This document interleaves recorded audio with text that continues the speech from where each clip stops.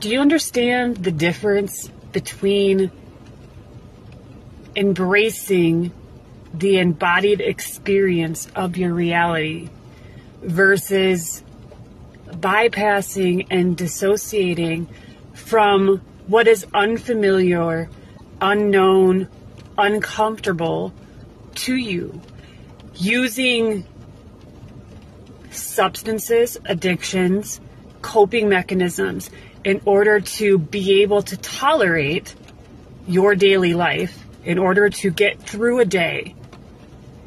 Those are all survival mechanisms and coping mechanisms. True embodiment practices means being able to immerse yourself in the full spectrum of the human experience.